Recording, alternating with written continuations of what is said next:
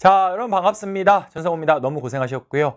조금 느리게 여러분들 만나뵙게 됐지만 좀 더 정확하고 많은 선생님의 고민의 결과 담아서 여러분들에게 확실한 방향을 제시해 드리도록 하겠습니다. 어떠셨어요? 라고 묻기가 참 미안해요. 미안합니다. 선생님이 개인 SNS에 인스타그램에 올려봐도 학생들이 그닥 뭐 물론 반응이란 건 갈리니까 근데 그닥 이렇게 만족스럽진 못했던 것 같아요. 그리고 현장 친구들도 연락이 왔던 친구들을 보게 되면 만족스럽진 못했던 것 같습니다. 자, 선생님이 오로라까지 같이 하는 친구들은 알 거야. 기회가 있을 때마다 6평을 앞두고 뭐라고 했냐면 뭐 여러 가지들을 말을 했지만 가장 핵심적인 마음과 관련한 문제는 고3 친구들 같은 경우는 못 볼 수 있다라는 각오를 해라. N수생들과의 상대 평가기 때문에 힘들다. 그리고 N수생 친구들 같은 경우는 결과를 내야 사설 모의고사나 이런 것들에서 성적이 좀 떨어지고 마지막 수능이 다가오면서 불안해도 그걸 이겨낼 수 있다라는 말씀을 드렸습니다. 그죠? 뭐 실제 결과가 그랬어요. 더군다나 이제 과목을 좁혀서 얘기하면 뭐 대체적으로 그렇더라고요. 국어는 쉬운 줄 알았는데 잘 풀렸는데 점수가 안 나왔어요. 뭐 얘기 들어보니까 지문은 좀 쉬웠고 문제 발문이 어려워서 그럴 수 있었다. 라고 말씀을 선생님들이 또 해주시더라고요. 그리고 수학 같은 경우 뭐 그냥 워낙 약간의 넘사벽이니까. 근데 이제 고3 친구들 같은 경우는 뭐 반응이 조금 어려웠다였지만 N수생 친구들 같은 경우 사설 모의고사에 익숙해져 있다가 딱 보니까 그래도 점수 올랐어요. 이런 말들이 많았다고요. 그러니까 선생님이 예상했던 그대로였어. 근데 이제 선생님 본 내용인 지리로 들어와서 이야기를 해보면 지리 같은 경우는 간단하게만 말씀드릴게요. 어려웠죠. 3월, 4월만 봤던 사설 모의고사 그런 것들을 응시하지 않았던 고3 친구들은 당연히 진짜로 쇼크에 빠졌을 겁니다. 문제가 너무 어려워갖고 문제가 매우 어려웠다. 그래서 여러분들이 당황하기 때문에 하나 틀려야 될 걸 2개 틀린 경우도 있었을 거다. 그래서 성적은 생각했던 것보다 원점수가 많이 안 나왔다. 그런 말씀을 드릴 수 있겠습니다. 전반적으로는 그랬고요. 몇 가지 조금 특징적인 것들을 말씀을 드리면 일단은 선생님이 주말 사이에 손글씨 해설지를 올려드릴게요. 손글씨 해설지를 올려드릴 테니까 주말 이후에 빠르면 일요일에도 업로드 해드리겠습니다. 주말 이후에 확인을 한번 해보시면 좋을 것 같아요. 좋을 것 같고 선생님이 문제를 풀면서 PDF로 만들어는 놨는데 조금 글씨가 조금 여러분들 가독성 더 높게 하기 위해서 그렇게 해드릴 테니까 꼭 나중에 그것도 한번 다운받아서 보시면 좋겠고요. 전체적인 특징은 난이도가 높았어요. 난이도가 높았습니다. 난이도가 높았어요. 이유는 뭐 간단하죠. 전반적인 사탐들이 전반적으로 그랬다라고는 하지만 세계지리는 특히나 작년에 하나 틀리면 2등급이 아니라 3등급으로 떨어지는 만점이 1등급, 2점짜리 하나 틀리면 3등급 이라는 이런 초유의 사태가 발생했기 때문에 변별력에 대한 신경을 되게 많이 쓴 것 같아요. 그래서 난이도가 높았습니다. 이 난이도가 높았던 것과 관련해서요. 실질적으로 딱 개수로 말하기는 그런데 선생님 저 고3 평균치를 말할게요. 4개 틀렸어요 라는 친구들이 되게 많았어요. 4개 틀려서 40점이에요. 이런 친구들이 되게 많았는데 그 조합이 뭐였냐면 기후 파트에서 한두 개 정도 틀리고 2개 남짓 틀리고 그 다음에 지역지리 파트에서 한 2개 정도 틀린 친구들 가장 많았던 것 같아요. 그래서 선생님이 여기서 조금 더 구체적으로 말씀을 드리자면 어떤 문항들을 학생들이 많이 틀렸냐. 선생님은 항상 정답률 약 50% 정도를 기준선으로 삼아서 이게 몇 문제 정도냐에 따라 전체적으로 판가름을 하는 편인데 학생들이 20번 가장 많이 틀렸고요. 왼쪽에 있을수록 제일 많이 틀린 겁니다. 그 다음에 7번, 18번 이런 식으로 틀렸고요. 그 다음에 14번, 10번, 그리고 5번, 12번, 9번. 50% 미만의 정답률을 가진 문항들이 이렇게 많았어요. 그럼 당연히 어렵다라고 느낄 수밖에 없었겠죠. 뭐 가장 단적으로 일일이 모든 문항을 할 수는 없지만 이거는 이제 미국의 도시지를 찍어준 지역지리 문제였어요. 개인적으로는 이 문제가 그렇게 좋은 문제라 생각은 안 듭니다. 뭐 교과과정 약간 벗어난 느낌? 뭐 그렇지만 출제자가 낸 거고 우리는 평가를 하는 게 아니라 응시를 해서 봐야 되는 거니까 이건 현실적으로 틀리기가 딱 좋았고요. 18번 문제는 기후 문제였는데 태양 고도각이라고 하는 되게 낯선 자료를 통해서 여러분들 얼마나 그 자료를 응용을 해줄 수 있는지 그런 것들을 묻는 문제였습니다. 이렇게 전체적으로 구성이 되어 있었고 각각 뭐 지역지리 2개, 기후 2개였다지만 여기에서 조금 더 개수들을 가감을 해서 어떤 것들을 뭐 주제들에 따라서 좀 더 맞고 틀리고 그랬었죠.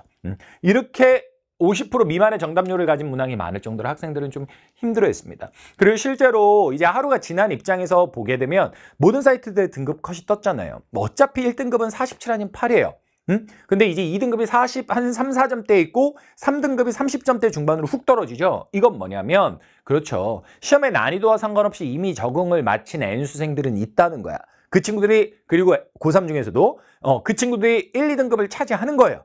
근데 이제 3등급이 훅 떨어져 있다는 건 중위권이 매우 중상위권이 매우 얇게 형성이 되어 있다라는 겁니다. 그러니까 많이 개념을 한 친구들이 아직까지는 많지 않다. 그 얘기예요. 그 얘기고 이게 나중에 수능으로 가게 되면 1, 2등급 컷은 그대로라 할지라도 3등급이 많이 올라가서 40점대 초반으로 들어갈 가능성이 높아요. 그러니까 여러분들 이제 남은 기간 동안 점수를 올려가지고 40점대까지 가야 3등급 진입이 가능하다. 사탐은 그 생각을 갖고 해주시면 좋을 것 같습니다. 그렇고요. 아무튼 점수에서도 드러나지만 많이 어려웠다. 라는 거고 뭐 그 이외에 전체적인 뭐 입시에 대한 이야기나 이런 것들은 제가 뭐 여기서 굳이 할 필요는 없을 것 같고요. 그런 것들은 여러분들이 조금 더 관심을 갖고 많이 했으면 좋겠고 지리의 경우는 상당히 이렇게 해서 어려웠습니다. 그리고 이제 또 하나는 뭐냐면 선지 구성인데요. 선지 구성 까다로워요. 속어법으로 잘 안 풀립니다. 지워서 푸는 게 잘 안 돼요. 속어법이 잘 통하지 않습니다. 한국지리 같은 경우는 지워서 푸는 게 되거든요. 근데 세계지리는 그게 안 돼요. 그러니까 이거는 저 개인적으로는 좀 과하다라고 생각을 하는데 지역지리적인 지식 문제에서 특히나 그런데요. 그 지식이 어찌됐건 간에 명확하게 지식으로 머릿속에 박혀 있어야만 문제를 풀 수 있는 거예요. 예를 들면 20번 같은 경우 시애틀, 샌프란시스코, 로스앤젤레스가 나왔는데 이거를 막연하게라도 알고 있으면 맞출 수 있는 방법이 전혀 없어요. 그냥 정확하게 알아야 맞출 수 있는 겁니다. 예전에는 이거 아니지 하면서 지워놓고 나면 정답은 보이게 해주는 문제들도 많았는데 이제는 그런 게 없다는 거예요. 그럼으로써 뭐라고 할까? 실제 문제의 난이도에 비해서 학생들의 점수가 더 안 나왔습니다.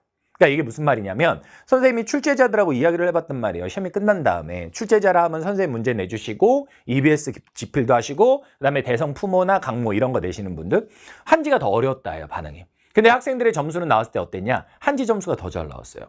세지가 그럼 왜 이런 거냐? 한지에 대한 이야기는 한지 때 하겠지만 세지가 그럼 왜 이런 거냐? 왜 그런 거냐면 첫 번째는 이 선지 구성상의 특징. 이거는 풀어봐야만 느낄 수 있는 거고요. 그리고 두 번째는 뭐냐면 요것도 작용을 한 것 같아요. 그러니까 이런 넘사벽의 거의 지역지리 문제.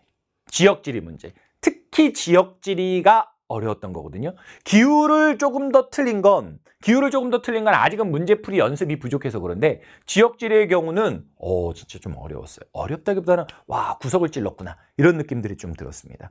그래서 약간 생각했던 것보다 그거 하나인데 그거를 틀려가지고 점수가 깎이는 그런 게 있었고 또 이거는 약간 부차적인 건데 한국지리의 경우는 어려운 문제가 2점짜리도 보였거든요. 근데 세계지리는 어려운 문제가 3점이었어요. 그러면 어떻게 되냐면 한국지리는 생각보다 많이 틀려도 원점수는 좀 높아요.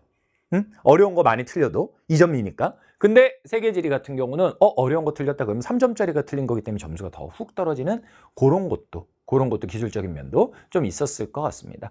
어찌됐건 전체적으로 보게 되면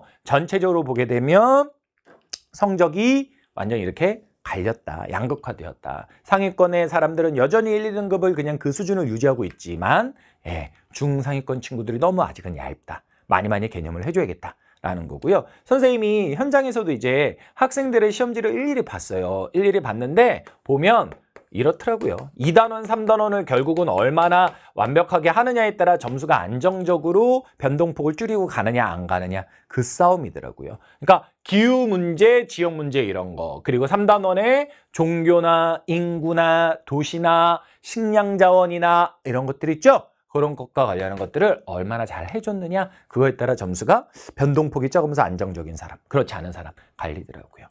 이런 이야기들을 좀 해드릴 수 있을 것 같습니다. 열심히 우리 해야 될 것 같아요. 열심히 해야 될 것 같습니다. 선생님이 이게 촬영이 아니고 방송이 아니라면 좀 더 직접적으로 생생하게 해드릴 이야기들이 있는데 어찌됐건 선생님이 공식적으로 할 수 있는 이야기는 요 정도 선입니다. 이런 것들을 바탕으로 해서 점수에 일일비하지 마세요.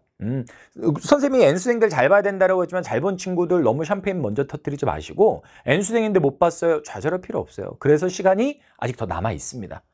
그래서 남아있는 건 아니지만 우리에겐 남아 있어요. 그리고 고3 친구들 같은 경우는 걱정하지 마세요.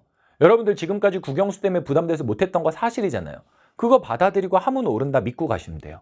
대신 그냥 개념만 해가지고 된다 이 생각은 안 돼요. 개념만 해서 되는 건 아니고 문제에 대한 다양한 경험들을 해줘야 된다. 그거를 말씀을 드리겠습니다. 자, 그러면 문항으로 들어가 보도록 하겠습니다.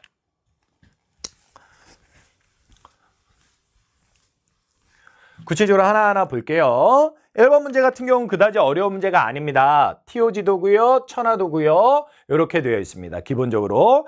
기억선지, 선지로 곧바로 들어갈게요. TO지도 크리스트교 맞죠? 기억 맞습니다. 니은이요. 천화도 상상의 지역 그려놓은 거 맞죠? 상상과 실제가 혼재되어 있죠? 정답은 그래서 1번이고요. 디귿은 방향을 이야기하게 되면 이거는 아시아가 위쪽으로 갔으니까 동쪽이 위쪽, 아래쪽이 서쪽, 오른쪽이 남쪽, 그 다음에 왼쪽이 북쪽 이렇게 되는 겁니다. 근데 천화도는 방향을 배운 적이 없죠. 특별한 말이 없으면 위쪽이 북쪽, 아래쪽이 남쪽, 오른쪽이 동쪽, 왼쪽이 서쪽 이렇게 가는 거예요. 아시겠죠? 그래서 디귿선지 같은 경우는 가가 틀렸다는 거 알 거고 리을은요.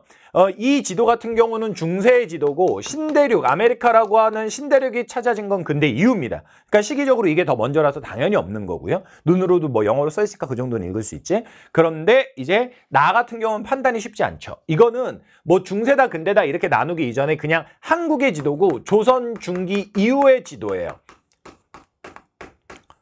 조선 중기 이후의 지도인데 그 당시에 신대륙이 발견됐냐 안 됐냐 이 문제로 따질 필요는 없고요. 어찌됐건 지도 속에 반영이 되어 있지 않습니다. 오케이? 그래서 그냥 이거는 나까지 판단 뭐 한다? 할 수 있어. 근데 그냥 확실히 가가 그어졌으니까 답에서는 나올 것 같습니다.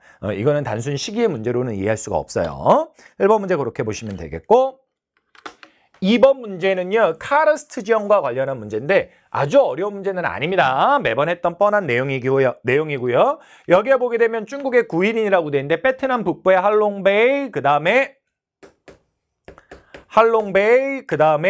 중국의 구일인 대표적인 카르스트 지형이 나타나는 데인데 여기서도 봉우리는 소위 말하는 탑 같은 탑 카르스트다 이렇게 부르는 거죠. 이런 데에 기반하면 석회암이라서 카르스트 지형이 나타나는 거고요. 이런 석회암이 빗물이나 강물이나 바닷물 같은 물에 의해서 특히 핵심 키워드 용식 녹으면서 만들어진 게 바로 카르스트 지형 되겠습니다. 그랬을 때 어떤 기후와 관계가 있냐? 주로 수변환 기후와 관계가 있는데 빗물이나 이런 것들을 녹을 거니까 물이 있어야 된다는 얘기잖아요. 그러니까 수변하다 이렇게 이해해 주시면 되겠습니다. 소거법으로 지워서 푸시면 1번에서는 용암돔 1, 2번에서는 기억에 용암돔 안 되니까 3, 4, 5 중에 하나고요. 니은은 유문함 안 되죠. 그거는 화산과 관계된 건데 안 외우셔도 돼요. 석회암 들어가야 되고요. 그리고 수변해야 된다. 그러니까 정답은 4번 가겠습니다. 아시겠죠? 이렇게 봐주면 되겠고 3번 문제는요.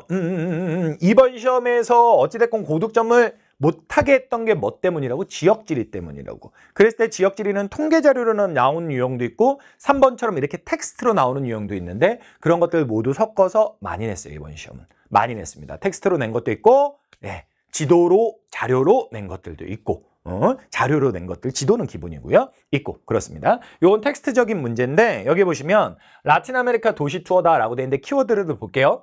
포르투갈어 이게 키워드예요. 왜냐면 라틴 아메리카는 기본적으로 에스파니어를 많이 쓰죠. 근데 누구만? 브라질만 요거를 쓰잖아요. 브라질만. 그래서 요게 키워드입니다. 그래서 정답은 B 되는 거예요. 좀 더 읽어볼게요.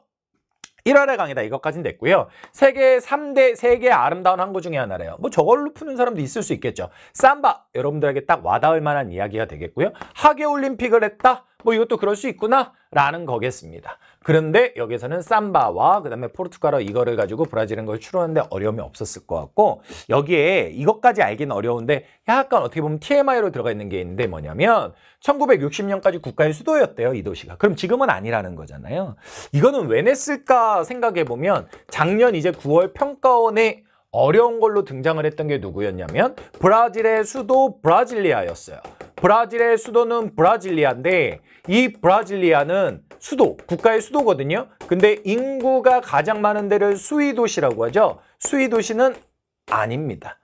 이런 것들을 이제 작년 평가원에서 선지 속에 냈었고 여기에 보게 되면 여기가 이제 리우라는 도시인데 리우데자네이루 국가의 수도였다. 그 말은 지금은 아니다. 지금은 얘다. 이런 것들에 대해서 조금 공부해 볼 수 있는 기회를 제공하는 문제 같습니다.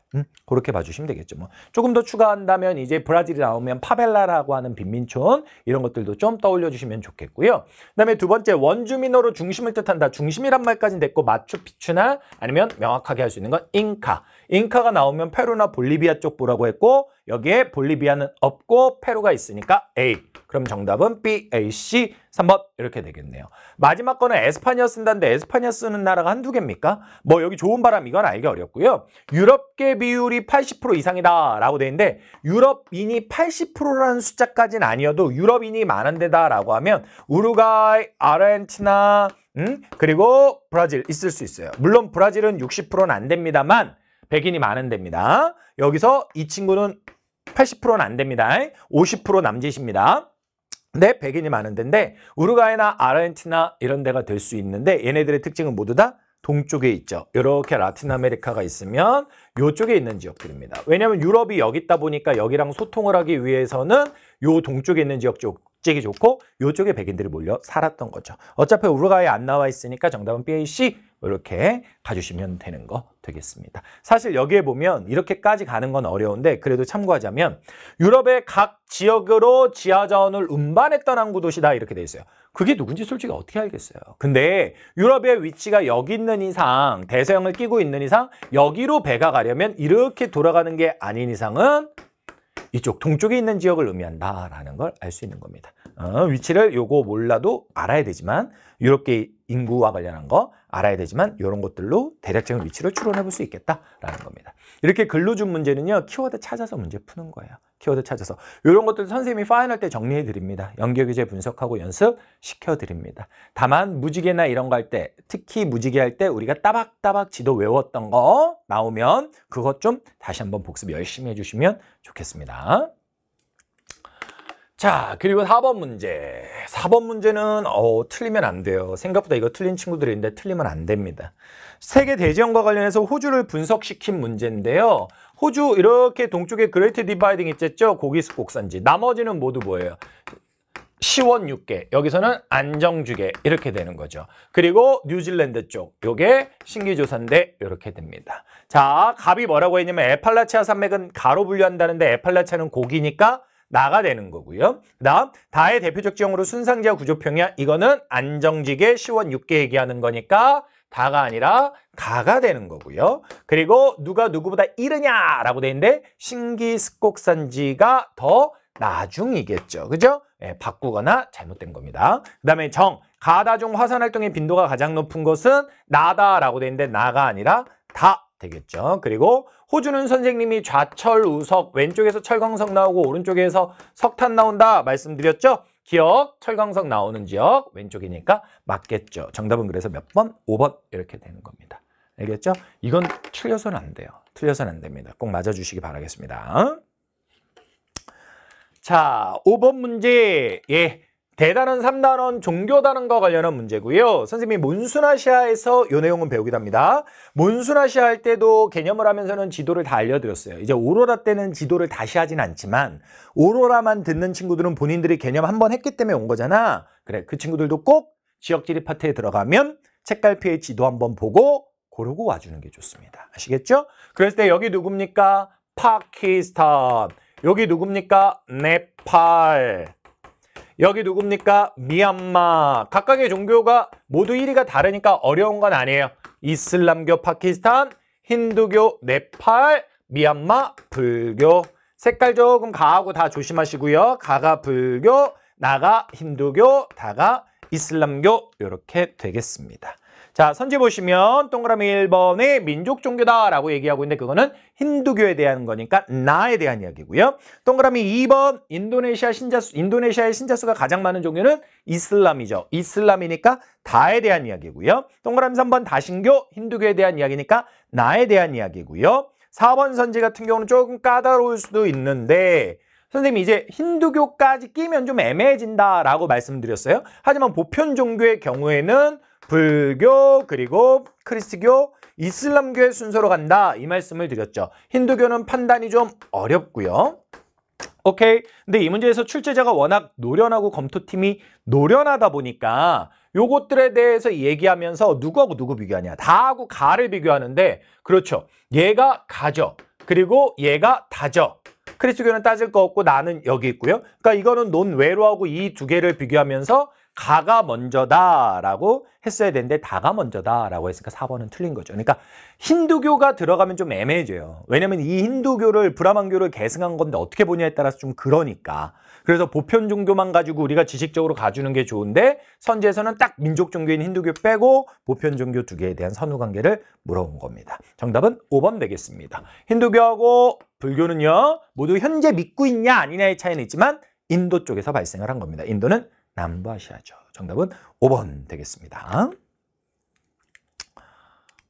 6번은 선생님이 유럽에서 이야기했던 그대로야. 그대로 선생님이 지명보다 지도가 중요하다라고 말씀을 드렸던 거고요. 가와 관련해가지고 나와 있는 거는 뭐가 되냐면 철강석이 풍부하다. 산업혁명 때 있었다. 석탄을 이용했다. 그런데 지금은 자원이 고갈되고 오래됐다. 그래서 쇠퇴했다라는 거예요. 초기의 중화학공업죠. 초기의 중화학공업지역은 내륙에 있다라고 말씀을 드렸죠. 내륙에 있다.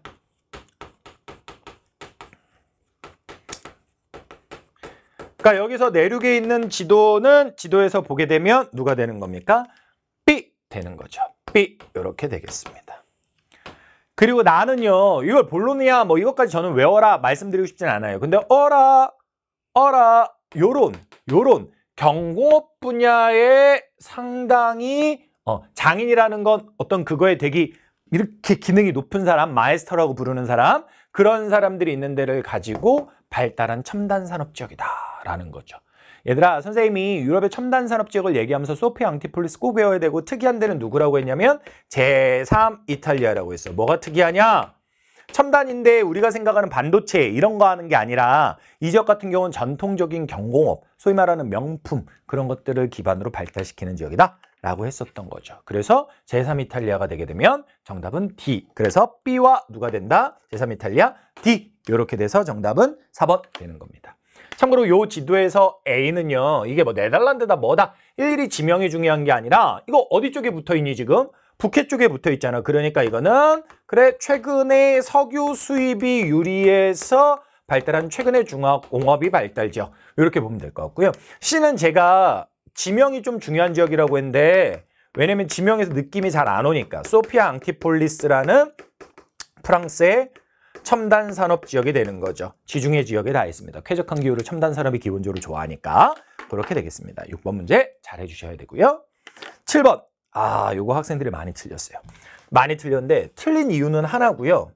제가 아까 전체적으로 말씀드리면서 무슨 얘기했죠? 선지 구성이 지워서는 못 푼다라고 말씀드렸죠. 이 문제가 그래요. 미리 그냥 결론적으로 말씀드릴게요. 학생들 대부분 이 문제를 맞고 틀린 사람들은 진짜 어이없이 아예 틀린 사람 말고 아슬아슬하게 틀린 사람들은 나하고 다 구분 때문에 틀렸거든요. 누굴 앵글로로 보냐 누굴 라틴으로 보냐 모르면 안 풀려요. 이거는 모르면 안 풀립니다. 매우 까다롭습니다.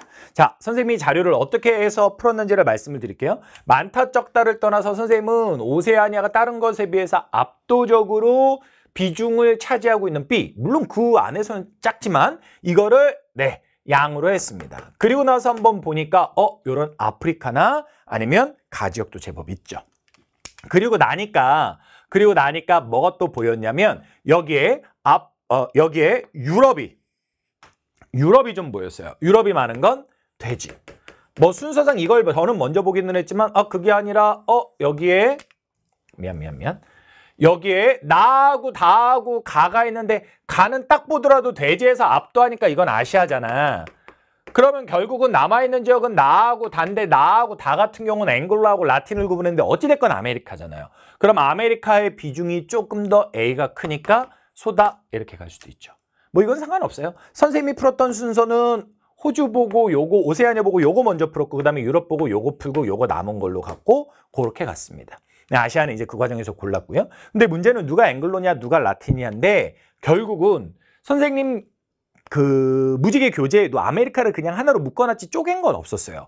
그래서 이 북아메리카, 라틴과 앵글로를 나눠놓은 자료를 직접적으로 외운 친구가 많다기보다는 저는 이 낯선 자료에 대한 적응력을 갖는 친구가 더 당연한 거지만 유리했다. 그리고 그렇게 해야만 했다라고 보는데 바로 소와 관련한 걸 생각을 해보면 여기하고 여기하고가 지금 결정적이잖아. 차이가 얘는 아예 있다 없다긴 하지만 차이가 결정적인데 소와 관련한 걸 보면 바로 소에서 국가로 따지면 브라질이 1등이고 인도가 2등이었단 말이에요. 인도는 아시아 국가니까 그렇다 칠게. 바로 이 브라질이 강조된단 말이야. 브라질은 라틴 아메리카고. 응? 이게 라틴인데 브라질만 큰 것보다는 얘가 브라질이면서 전반적으로 라틴 아메리카가 큰 게 합리적이라는 거지. 그래서 요걸 요렇게 가주셔야 됩니다. 요렇게. 아시겠죠? 저렇게 가줘야 되는 겁니다. 라틴과 앵글로 요런 식으로. 오케이. 어찌됐건 결과론적인 얘기로 말씀드릴게요. 아메리카 대륙 안에서 양이 진짜 아예 앵글로 쪽은 별로 없는 걸 볼 수가 있죠. 그런 것도 눈에 보이긴 보입니다. 하지만 결과적으로 보인 거지 그거를 써먹어서 그것만을 가지고 문제를 푸는 건 쉽지 않다. 말씀드릴 수 있을 것 같아요. 이런 식의 문제가 진짜 어려운 문제예요. 한국지리에서도 이런 걸로 변별력을 많이 두는데 미지수 A, B, C, 가나다 이거는 경우의 수를 정확히 알아야만 풉니다. 한국지리에 대한 이야기까지 제가 깊게 안 할게요. 근데 한국지리에서는 그런 문제 개수가 너무 많다 느꼈는지 한국지리 19번 문제 농업 문제와 관련한 걸 보면 가나다 ABC인 줄 알았는데 ABC를 지도에다 다시 한번 표시해줘서 모두 다 대입해서 모두 다 빈칸으로 뚫어둔 문제가 아닌 지역은 제시해준 문제로 문제를 살짝 바꾼 듯한 느낌을 주는 문제도 있어요. 그러니까 그 말은 뒤집어 보면 뭐냐면 이 문제를 지역을 직접 알려주냐 아니면 이렇게 지역도 자료도 ABC, 가나다, 미지수로 두냐에 따라 문제의 변별력은 달라지고 문제의 난이도가 달라진다는 이야기야. 근데 이게 결코 쉬운 문제가 아닌데 원래 평가원이나 이런 데서는 한 문제 정도 나올까 말까였는데 이번에는 문제 개수도 많았고 그런 방법적인 어떤 출제 방법적인 측면에서도 난이도를 고려한 출제들이 많았다라는 걸 볼 수가 있습니다. 이런 거 걱정하지 마세요. 선생님 이제 앞으로 선생님 100% 자체 지장만 가지고 진행하잖아. 많이 보시게 될 겁니다. 그냥 이거 좀 그런데 그런 문제 말고 진짜 깔끔하게 딱 무릎을 치게 되는 그런 문제들 보게 될 거예요. 연습 나중에 다 됩니다. 이거 걱정 안 하셔도 될 것 같아요. 그렇게 봐주시면 되겠습니다. 자료들은 그렇고요. 요 두 개가 핵심적이었다라는 겁니다. 오케이? 요 두 개가 핵심적이었다. 참고로 선생님이 뭐 브라질, 인도 좋아. 근데 라틴하고 앵글로를 왜 소로 해야 된다라고 했냐? 양하고 돼지 같은 경우에서는 라틴 아메리카나 앵글로 아메리카 국가를 별로 언급 안 하고 어차피 다 중국이잖아요. 근데 소에서만 브라질과 인도였고 브라질이 등장한다고. 아메리카 국가 등장했으니까 그걸로 한 거야. 그렇게 된 겁니다. 기억선지 A는 소고요. 앵글로 아메리카보다 라틴 아메리카에서 많이 사용된다는데 그건 이 두 개를 연결을 해야만 할 수 있는 거죠. 맞고요. 니은은요. 신대륙에서 양은 그렇죠. 신대륙에서 하는 건 기업적이라고요. 맞죠? 그다음 디귿 가의 건조 기후 환경에서는 유목을 뭐를 하냐? 건조한 지역에서는 양을 합니다. 수분한 지역에서는 소를 할 수 있지만 따라서 C가 아니라 B. 참고로 얘들아 이거는 건조 기후 때문만은 아니라 할지라도 현실적으로 건조 기후 지역에서 유목을 많이 하는 지역들은 이슬람교를 믿는 지역들도 많잖아. 그럼 그런 지역들은 돼지를 할 수는 없는 거지. 그러니까 디귿은 틀렸고 리을은 그렇죠. 소, 양, 돼지 순서죠. 소, 양, 돼지니까 A가 C보다 많다라고 하는 말이 맞는 거죠. 따라서 정답은 몇 번이냐면 4번 되겠습니다. 이 문제는요. 요 두 개를 판단을 못하면 기억선지를 맞출 수가 없어요. 그래서 이 문제는 진짜 정답을 알아야만 되는 문제. 그리고 이거는 선지 구성. 기억 니은에서 1번 시작해서 5번에 느드르, 니은, 디귿, 리을 이런 식으로 끝나는 거 보면 이거는 선지까지도 명확히 알아야만 푼다라고 그냥 가는 겁니다. 그래서 변별력을 주려고 작정을 한 문제였다. 이렇게 보시면 되겠고요. 저런 거 많이 연습할 수 있어. 걱정하지 마. 선생님이 지금 슈퍼문 원고가 거의 다 나왔거든. 마지막 교정 작업 중인데 교정이 좀 어렵네, 검토가. 대학에 간 친구들이 마지막 기말고사 기간이야. 내가 평소보다 한 2주 정도 서두르다 보니까 좀 이게 겹쳐버렸어. 그래서 막 일주일 전에 원고 보내줬는데 벌써요? 막 이러면서 지금 다급한 목소리로 와서 선생님이 주말 사이에 밤을 새서라도 좀 봐야 될 것 같아요. 그래서 아무튼 힘든데 나중에 문제 나오면 되게 보람될 것 같습니다. 여러분들 딱 현재 흐름에 맞는 문항들 돼 있기 때문에 좋을 것 같아요. 자, 8번 문제로 가보도록 하겠습니다. 두 국가의 산품 수출액과 관련한 거다라고 돼 있으면서 국가가 나와 있는데 아프리카 국가에서 나올 만한 데예요. A. 케냐, B. 보츠와나, C. 남아공입니다. 얘들아, 아프리카 국가 문제가 나오면 이렇게 수출입 자료로 많이 등장을 하는데 항상 자료는 혹시 수입 자료를 주더라도 그걸 보는 게 아니라 수출을 보는 겁니다. 그래야 그 나라의 특징이 보여요. 여기 보면 차나 커피 들어가 있죠? 요거 케냐입니다. 케냐 위쪽 주변에 있는 국가들, 요 국가들, 에티오피아부터 시작해서 요 국가들이 커피가 많이 나오는 지역들입니다. 그렇게 보시면 되겠고요. 그리고 여기에 보게 되면 석탄이 들어가 있는데 석탄은 원래 못 사는 나라들에서 주로 쓰지만 실제로 아프리카가 많지 않댔죠.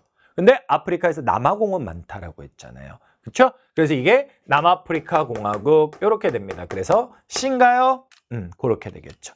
참고로 얘들아, 요 지역을 준 건 얘가 보츠와나라는 나라인데 교과서를 쓸 때 보츠와나를 중요한 사례로 넣는데 그 이유가 뭐냐면 우리가 아프리카라고 하면 못 사는 걸 떠올린단 말이야. 아, 못 살아 막 이렇게. 근데 이 나라는 1인당 GDP가 아프리카 내에서 꽤 높은 나라래요. 그러니까 경제 수준이 아프리카에서 높대요. 비교 대상이 아프리카긴 하지만 이유가 뭐냐면 다이아몬드가 나와요. 근데 다른 나라들도 자원은 있는데 못 사는데 이 나라는 자원이 있다. 그것만으로 잘 사는 건 아니고 이 안에 내전이 별로 없답니다. 그러니까 아프리카도 충분한 잠재력은 가지고 있는데 싸워서 안 되는 건데 얘네는 싸움이 없으니까 잘 된다. 그런 사례를 얘기하기 위해서 교과서에 넣었답니다. 나중에 교과서를 쓴 분들한테 들은 이야기예요. 그런 맥락에 맞춰 저도 가르쳐 드리는 거고요. 그래서 보츠와나가 나오면 다이아몬드가 들어가 있었어야 돼요. 학생들이 또 그럼 질문 많이 하는 건 첫 번째, 남아공도 다이아몬드 유명하지 않아요? 근처니까 그렇겠지. 근데 현실적으로 자료를 보아하니 다이아몬드가 안 들어가 있지, 남아공 자료는. 그래서 이걸 보면서 아, 남아공은 석탄 쪽으로 찾는 거구나 명심하시고, 두 번째는 작년 수능 문제를 풀어본 친구들은 블러드 다이아몬드 막 이러면서 라이베리아 요쪽이 나왔어요. 서부 아프리카 쪽에 이야기가 나오고 막 그랬었는데 그게 오히려 좀 튀는 문제입니다. 그런 것들도 제가 다 모아서 마지막 파이널 때 지역지리 연습시켜 드릴 테니까 지금은 일단 자료 중심으로 보는 거, 그 다음에 수업 시간에 선생님이 했던 이야기들을 귀담아 들어두는 거, 그런 것들로 여러분들의 지역지리 지식을 좀 늘려주세요. 오케이? 이 문제 기본적인 패턴의 문제입니다. 9번 문제, 요것도 심하죠. 지역지리인데 심하다는 건, 제가 심하다는 기준은 선지에서 좀 지역적인 거 물어볼 수 있어요. 그런데 이제 보통은 그럴 때는 선지 구성상 속어법으로 지워서 풀면 풀게 해줬거든요. 근데 진짜 이 문제도 그렇지만 7번도 그랬고, 이거는 지식을 안 외우면 못 풀어요. 일단 이 국가들은 제가 강조했던 데입니다. A. 알제리, B. 터키, C. 이란, D. 아랍에미레이트입니다. 근데 이 문제에서 결론적으로 말씀드리면 니은하고 디귿선지가 매우 어렵고 쉽지 않아요. 자, 기역선지는요, 상식적인 이야기인데 알제리의 내륙이라고 하게 되면 회기선 주변이니까 사막 지역이겠죠. 근데 해안가라고 하게 되면 지중해에 닿아 있는 지중해성 기후 지역이니까 얼마나 살기 좋겠어요. 그래서 해안가가 더 인구 밀도가 높습니다. 사실 일반적으로 세계지리에서 말할 때 해안가 내륙은 사이즈가 어마어마하게 큰 정도라서 해안가가 인구 밀도가 평야 지역이기도 하고 그래서 더 높아요. 꼭 바닷물이 있는 데만 생각하실 필요는 없다 이 말이에요. 그렇고요. 니은 선지는요, 터키. 이건 선생님이 수업 중에 지나가면서 하는 이야기지 이걸 달달 외워라 하진 않아. 근데 이제 선생님이 터키를 뭐라고 여러분한테 소개하냐면 서남아 건조아시아 국가 중에, 건조아시아야, 첫 번째 힌트야. 건조아시아 이쪽에 있는 아시아 국가 중에 비산유국이면서 경제 수준은 좀 높다 이런 말씀 드렸고, 그죠? 그리고 축구 같은 경우는 유럽과 같이 한다 이런 말씀을 드렸어요. 그리고 이 친구 같은 경우는 핵심적인 건데 여기 나온 건데 이 문제에서는 핵심이 되는 겁니다. 바로 뭐냐면 EU에 가입을 희망해요. 그러나 아직은 비가입국, 후보국입니다. 후보국이에요. 오케이? 그래서 여기는 연합회원국이라는 게 잘못된 이야기가 되는 겁니다. 아, 선생님이 그러면 여기서 이제 그냥 아주 간단하게 푸는 거는 여러분들은 그럼 선생님이 이거 다 일일이 현황 외워야 돼요? 이 얘기를 할 거야. 내 선생님의 경우는 터키까지 강조해서 말한 바는 없지만 그냥 미가입국, 그 다음에 유로 안 쓰는데 이런 것들은 외웠어요. 그러니까 그거 한 다음에 불안하다고 해서 선생님 저는 후보국까지 외우고 싶어요. 이거는 아니라고 보는 거야. 이건 아니라고 보는 거고, 여기에서 그냥 기본적으로 풀게요. 좀 단순 무식한 방법으로. 아시아라니까요? 근데 EU에 왜 가입해? 지들이 하고 싶은 거야. 얘네의 근거는 뭐냐면 땅덩이가 아시아에 많은 건 맞지만 이 흑해 맞은편에 여기에 유럽에도 땅이 있다는 거예요. 그러니까 할래! 이건 거예요. 그리고 그쪽에 가야 떡고물이 많이 떨어질 것 같고. 어떤 떡고물? 이쪽으로 들어가면 EU 회원국 중에 가장 경제 수준이 낮은 편이니까 저렴하겠지, 생산비가. 그럼 EU에 가고 싶은 공장들이, 다른 나라의 기업들의 공장들이 여기로 올 수가 있을 거라고. 그런 것들을 노리는 겁니다. 그런 거예요. 자, 그래서 니은 선지 어렵습니다. 근데 X라는 거고요. 디귿은 선생님 개념서에 있어요. 근데 선생님도 솔직히 이거 수업할 때 아직도 기억나는 게 순위파, 시합파 난 안 외운다 라고 말씀을 드렸던 거예요. 그러면 죄송한데 교재는 있긴 있습니다. 우선순위로 제가 절대 안 해드린 건 맞고요. 교재 다 있고 이거 너무 어렵다 그러는데 그게 나와버렸어요. 진짜 그래서 이제는 있으면 토시 하나라도 다 가르쳐야 되는 그런 좀 찝찝한 상황이 됐는데 그런 거예요. 이 문제가 좋다 나쁘다는 우리 얘기할 필요 없고요. 그건 가치 판단의 영역인데 출제자들 입장에서는 작년 2등급 블랭크의 트라우마가 너무 커요. 그래서 세계지를 어찌됐건 변별력을 줘야 돼요. 그러면 한지에서도 시험해봤지만 이렇게 지역성, 어느 국가의 뭐 이런 것들을 가지고 관련된 거를 내는 걸 떨쳐버리기는 어렵습니다. 그 유혹을. 그걸로 하면 애들이 틀릴 텐데 이 생각 때문에. 근데 이제 뭐냐면 한국 지리는 그래도 우리나라만의 일이니까 좀 그런데 세계 지리는 진짜 많이 바뀌는 시사적인 내용 속에 과연 어떤 것에 포커스를 맞춰서 할 것이냐. 뭐 이거 같은 경우 유럽 연합이니까 큰 문제는 안 됩니다만 니은 선지는 근데 디귿 선지도 교과서에 있으니까 큰 문제는 안 됩니다만 공부를 하는 우리 입장에서는 정말 지엽적이다 느낄 수 있죠. 그런 것들은 이제 선생님이 최대한 정리를 해서 파이널 때 다시 한번 해드리겠다 말씀을 드리겠습니다. 그렇게 되고요. 이렇게 됩니다. 이란이라는 나라는 원래 좀 특이한 나라예요. 뭐가 특이하냐면 이쪽에 있지만 아랍어를 사용하지 않고 자기들의 이란어를 따로 쓰고요. 언어가 다르대요. 그리고 이란의 그 이슬람교에서 다수 종파는 누구냐면 다수, 수니파예요. 근데 얘네는 소수에 해당하는 시아파. 그게 이란 내에선 다수를 이룬다는 거지. 이슬람 전체 중에서는 이슬람에서는 소수. 근데 다수 그 이란 안에서는 이게 다수를 이룬다는 거예요. 그런 것들이 여기 지금 들어가 있는 겁니다. 니은하고 디귿은 판단이 안 되면 못 푸니까. 여러분들 입장에서는 뭐 실력의 문제가 아니라 니은 디귿 때문에 4번 했어요. 혹은 5번 했어요. 답은 5번으로 해야 맞지만 4번으로 했다고 해도 뭐라 딱히 너 이것도 몰라 이럴 수는 없는 문제예요. 어려운 문제입니다. 어려운 문제고요. 리얼 같은 경우는요. 아랍에미레이트가 카타르, 아랍에미레이트, 사우디아라비아 이런 데가 대표적으로 외국인 유입이 많은 데랬죠. 그렇게 보시면 되는 겁니다. 됐고요. 10번 문제. 어려워 진짜로. 그러니까 나는 9번 문제 같은 문제가 있으면 선생님이 이전에 가졌던 생각이나 선생님이 생각하는 방향성은 낼 수 있어. 니은 디귿. 근데 이런 거 조금 지엽적이라 느껴지면 소거법으로 당장 예를 들어 터키가 후보국이다 이런 거 몰라도 그거 세모치고 나머지로 풀 수 있는 그런 스타일로 문제를 갔어야 좀 더 좋았지 않았을까라는 생각을 해요. 그래서 실제로 선생님이 현장에서 만나본 강대 친구나 이런 친구들은 쌍지 하는데 한지는 만점인데 세지가 뭐 40점 중반 이런 친구들은 대부분 이런 문제들 틀렸어요. 선지로 소거법으로 일단 막혀버리니까 틀렸습니다. 그렇게 되더라고요. 네, 봐주시면 되겠고요. 10번 문제로 가도록 하겠습니다. 10번 문제. 10번 문제 도시와요 순서 정확히 외워야 돼요. 엥, 라, 유, 오, 아, 아프. 여기서 X축에 도시와요를 있는데 제일 높은 게 이거니까 엥. 근데 다가 가운데를 보는 건데 다는 여기고 라는 여기 있어요. 그래서 얘가 엥이고 얘가 라인데 만약 이 가운데 점 기준으로 도시와요로 긋는 거에서 차이가 너무 미미해서 두 개를 판단을 못 하겠다면 원의 크기 도시인구로 보셔도 돼요. 그건 좀 이따 다시 정리해 드릴게요. 그리고 이 친구가 유럽이고요. 엥, 라, 유, 그 다음에 오, 아, 아시아, 아프리카 이렇게 되는 거죠. 오케이? 도시와요로 그렇게 됩니다. 그리고 선생님이 도시 인구 같은 경우에는요.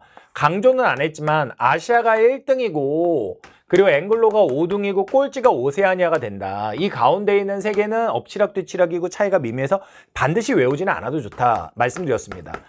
이거 순서 아닙니다. 라틴 아메리카, 아프리카, 유럽이 애매한 차이를 가질 거다라고 이야기를 드렸어요. 근데 지금 여기서 나다를 가지고 다하고 라를 가지고 판단할 적에는 라틴과 앵글로니까 여기 있는 친구와 여기 있는 친구니까 원이 더 큰 다가 라틴이 된다는 건 명확하게 알 수 있죠. 근데 의외로요. 앵글로하고 유럽 이거 틀린 친구들 많아요. 그거는 이 순서 안 외워서 그렇습니다. 오케이?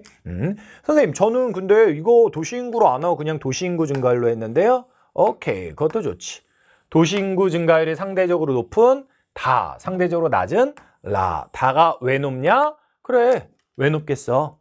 개도국이니까 높게 나타나는 거야. 오케이? 그렇게 가도 좋습니다. 이렇게 됐습니다. 자료는 잘했고요. 선지 1번. 최상위 세계 도시는 도쿄, 왜 도쿄부터 얘기해? 뉴욕, 런던, 도쿄인데 해당하는 데가 라틴에는 없죠. 그 다음에 동그라미 2번. 2번 선지가 어려운데 제가 이건 오로라 하면서도 강조를 했던 건데요. 자, 풀 수 있는 방법은 여러 가지가 있을 것 같아요. 선생님이 그냥 손글씨 문제 풀면서 썼던 건 촌락의 인구 비율을 구하고 그리고 전체 인구를 감안하면 할 수 있다라는 건데 다른 방법 하나 알려드릴게요. 선생님이 오로라 수업을 하면서 썼던 방법이에요. 여기 보게 되면 지금 누구하고 누구를 비교하고 있냐면 가하고 달을 비교하고 있습니다. 가하고 달을 비교하는데 자료에 뭐가 나왔냐면 도시화율이 나왔어요. 가는 대략 도시화율이 얼마 정도 나오냐? 40% 정도 나오는 것 같아요. 다 같은 경우는 얼마 정도 나오냐? 80% 정도 나오는 것 같습니다. 됐죠? 선생님이 이런 표현은 없다라고 했는데 촌락의 인구 비율, 그냥 촌락률이라고 쓸게요. 이걸 해보면 얘는 60이고 얘는 20이죠. 이 숫자 어찌 나왔겠니? 도시와 촌락의 인구의 합이 100%가 돼야 되는 거야. 그러니까 얘가 40이었으니까 60, 얘가 80이었으니까 20 이렇게 되지. 그럼 이 말은 뭐냐면 촌락 인구를 물었잖아. 선제에서는. 이번 선제에서는 촌락 인구를 물었는데 가해 지역의 경우는 도시 인구의 1.5배가 촌락 인구란 얘기고 다해 지역에서는 도시 인구의 4분의 1이 촌락 인구가 된다 그 말이에요. 이해할 수 있겠어? 근데 가하고 다가 원의 크기가 비슷하잖아. 그러니까 당연히 얘가 더 촌락 인구는 많다는 거지. 가가 그렇게 되는 겁니다. 아시겠죠? 선생님이 이거 구하는 거 해야 된다라고 강조했던 겁니다. 봐주셔야 되겠고요. 3번 선지는요. 3차 산업 종사자 비율은 누가 높은 데가 더 잘 사는데요. 근데 보게 되면 나가 아시아고 마가 유럽인데 그럴 수는 없겠죠. 그래서 4번 선지가 정답인데 4번은 각각의 대륙의 국가의 개수를 외우라는 건 아니고 이거는 앵글로 아메리카니까 낼 수 있었던 것 같아요. 미국과 캐나다 2개뿐이니까. 이런 건 있어요. 뒤쪽에 경제협력체를 가게 되면 나프타 회원국 몇 개야? 아세안은, EU는 누가 더 많지? 물어요. 근데 그거는 경제협력체잖아. 법 조항이 명확히 존재하는 거잖아. 근데 대륙별 국가 같은 경우는 애매하단 말이야. 애매하다, 숫자적으로 애매하다 그런 걸 떠나서 셀 수 없이 많아요. 그래서 그것들을 그렇게 내기는 어렵고 앵글로가 확실하니까 앵글로가 너무 적은 게 확실하니까 그걸 기준으로 낸 거죠. 그렇게 봐주시면 좋겠습니다. 5번은요. 앵글하고 유럽 중엔 유럽이 먼저 도시화됐고 산업화도 됐다 말씀을 드렸죠. 그런 것과 관련한 이야기를 묻는 겁니다. 어렵습니다. 그렇게 10번 살펴봤고요. 자, 11번으로 넘어가도록 하겠습니다. 이 문제도 은근히 많이 틀려요. 근데 내가 냉정하게 말할게. 이 문제 틀린 사람들은 약간 애매해. 뭐가 애매하냐면 좀 극단적으로 말할게. 여러분들이 지금 받은 점수가 좀 잘 나왔어도 그게 진짜 실력인지 아닌지가 애매해요. 너무 재수없죠. 근데 왜 이런 말씀을 드리냐면 이거는 단편적인 암기로 푸는 거예요. 근데 그런 걸 틀렸다는 건 기초가 좀 약하다는 거야. 그래서 왜 내가 지금 맞았어도 그 점수를 잘 받았어도 그 점수가 위험하고 알 수 없다라고 하냐면 원래 시험이라는 건 암기에서 기본적인 내용으로 기본기로 풀어야 되는 걸 점수를 딱 받아주고 자료가 그때그때 달라지면서 난이도를 조정하는 문제를 좀 더 맞아줘야 고득점이 되는 거잖아요. 근데 이걸 틀리면 기본이 약한 거고 나머지 거를 맞았어도 진짜 실력인지 운이 좋았는지를 판단하기 애매하다는 거야. 너희들 명심해. 남은 기간 동안 점수가 계속 오르락 내리락 하면서도 전반적으로 올라가게 해야 되는 게 우리의 목표잖아. 그러려면 이렇게 확실하게 기본 개념을 가지고 푸는 것들을 자기 걸로 만들어 주셔야 돼요. 그래야 점수가 안정적이 됩니다. 부탁드릴게요. 자, 여기는 혹시라도 나중을 위해서 조금 말씀을 드리자면 노르웨이라서 빙하 지형을 얘기한 거고요. 그리고 여기는 미국 서부의 데스밸리가 건조 지형이 나타나는 데입니다. 건조 지형이 나타나는 애예요. 얘 같은 경우는 빙하 지형과 당연히 그 주변에는 주빙하 지형도 있을 수 있겠죠. 그렇게 된 겁니다. 선지로 들어가서 곧바로 풀게요. 동그라미 1번. 피오르는 유수가 아니라 빙하 그리고 V자가 아니라 U자곡에 의해 만들어진 해안입니다. 오케이. 2번. 네. 현곡은 빙하가 있는데 빙하가 깎은 골짜기가 큰 골짜기를 빙식곡 U자곡이라고 하고 작은 골짜기를 건곡이라고 하는데 그 높이 차이에 의해서 생긴 게 매달려 있는 골짜기 현곡, 폭포인 거죠. 그러니까 이거는 큰 빙하와 작은 빙하의 침식작용의 침식량의 차이 때문에 발생을 한 겁니다. 그래서 뭐 융기니 계단이니 다 잘못된 거예요. 참고로 2번 선제는 해안 단구와 관련한 이야기입니다. 땡이고요. 3번은요. 디귿 주변에 바르한, 리얼 주변에 드럼리라는데 바르한은 건조 지형이고 드럼리는 빙하 퇴적 지형이 되죠. 그러니까 완전 좌우가 바뀌어 있습니다. 조금만 더 구체적으로 들어갈게요. 조금만 더. 바르한이 여기 리얼 바하다 주변에 있다는 건 뭐 크게 문제될 게 없어요. 둘 다 건조 지형이니까. 근데 3번 선지에서 리얼 주변엔 드럼링이 나타난다라고 했던 그 드럼리는 빙하 지형이에요. 빙하 퇴적 지형이죠.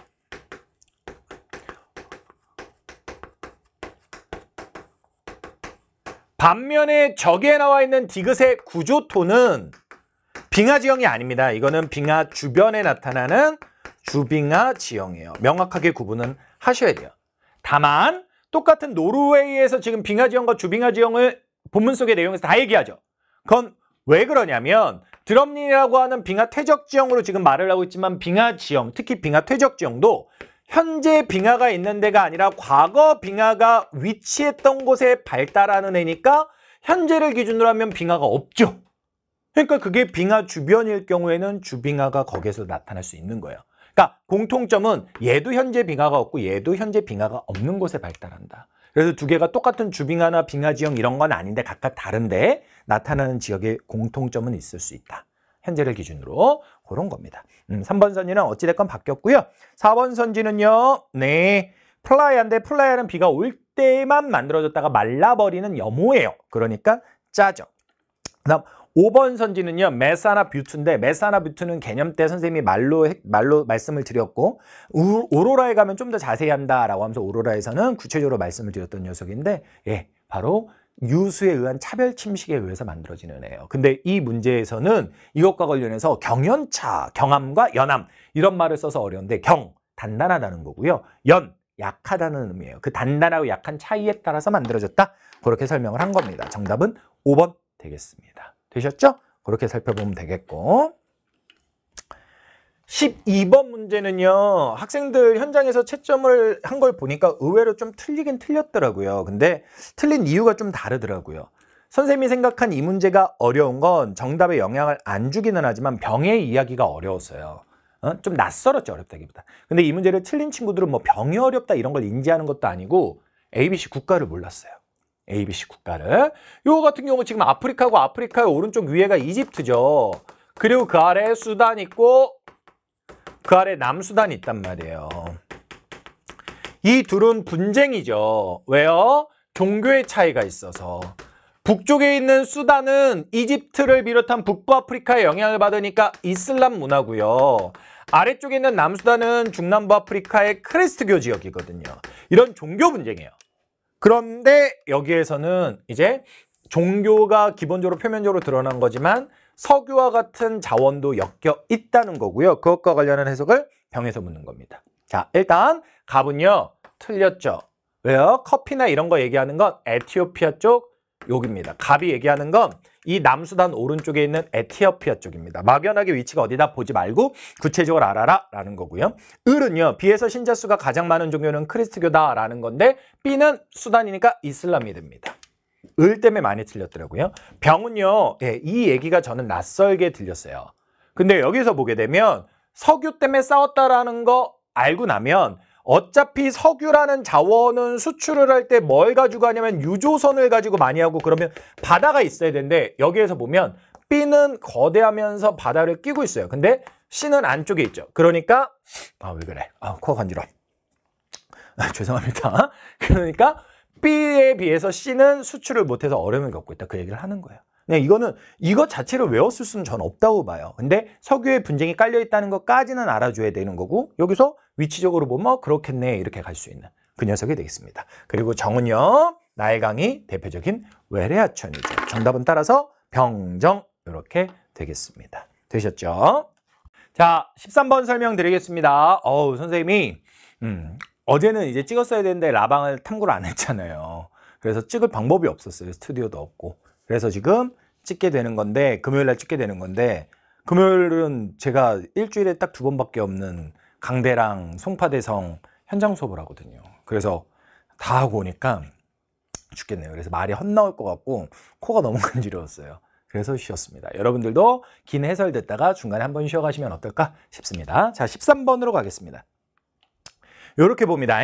저 위쪽에 11번과 13번 두 개를 다 틀렸다 그러면 그 친구들은 냉한대 기호를 하셔야 돼요. 현장에서 보시면 중상위권 학생들, 그러니까 3등급 전후에 있는 학생들 같은 경우 요거 두 개 세트로 많이 틀렸거든요. 간단하게 냉한대 기호 지역의 빙하 지형, 주빙하 지형까지 1시간 반 정도 개념 공부 다시 하세요. 그러면 두 문제 맞을 수 있습니다. 무려 점수로 따지면 몇 점입니까? 5점입니다. 5점. 아시겠죠? 해주시면 좋겠습니다. 자, 갈게요. 지역을 기후를 유추해야 돼요. 어렵지 않아요. 북극해에 닿았죠. 툰드라죠. B는요. 몽골이 있으면 몽골은 B였는데 얘는 러시아 쪽으로 들어갔죠. DW입니다. 참고로요. 선생님이 개념 때 가르쳐 드릴 때 남북한 나눠서 그 위쪽의 대륙 동안이 DW다 말씀드렸습니다. 그리고 요 녀석은 그린란드 내륙에 있으니까 빙설이고요. 그리고 요거는 미국과 캐나다 국경선 쪽에 있는데 자, 일단 캐나다 쪽이라고 본다면 이거는 냉대기온데 대륙의 동안이라고 해서 DW라고 하시면 안 되고 아메리카 대륙엔 DW가 없고 DF입니다.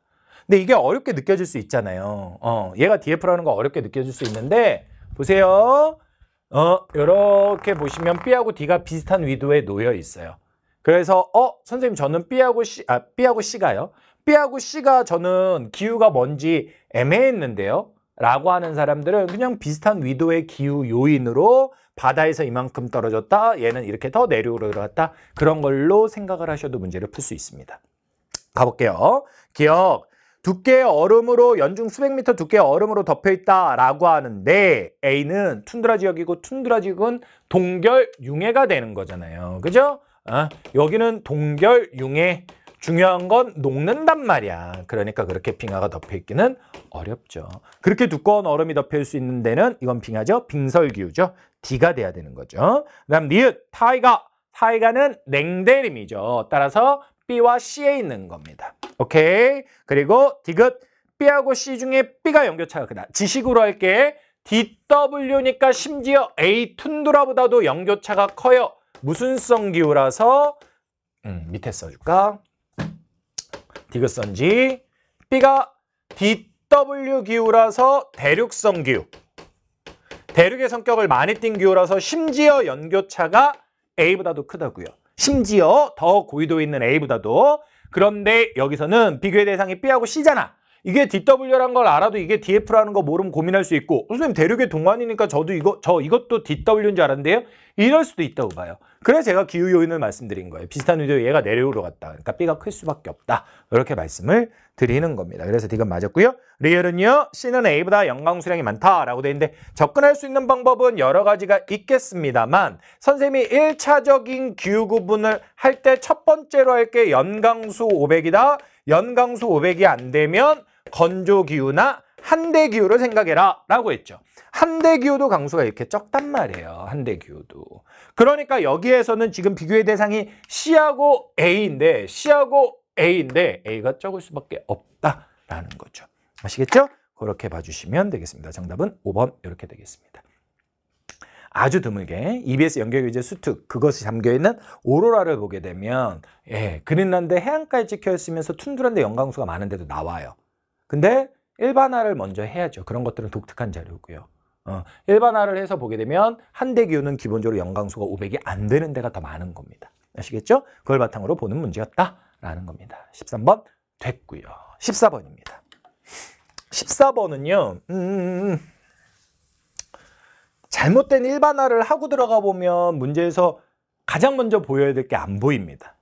그리고 이 문제는 여기에 편차라는 자료를 줬는데 이걸 가지고 난이도를 높일 방법도 있어요. 난이도를 높일 방법은 나중에 문제풀이 과정에서 우리가 연습하도록 하고요. 지금 여기서는 그냥 충실하게 이것들에 맞춰서 볼게요. 자, 일단 쉽게 봐야 되는 건 뭐냐면 괄호치고 연교차가 들어가는데 얘가 혼자 연교차가 독보적이죠. 그럼 연교차가 독보적으로 크다라고 했을 때는 이 주어진 지역들의 나름의 기후 요인의 차이를 가지고 추론을 해줘야 되는데 이 말은 뭐냐면 혼자 크다는 건 어차피 해안가와 내륙은 다 비슷해 보이잖아? 고위도라는 얘기야.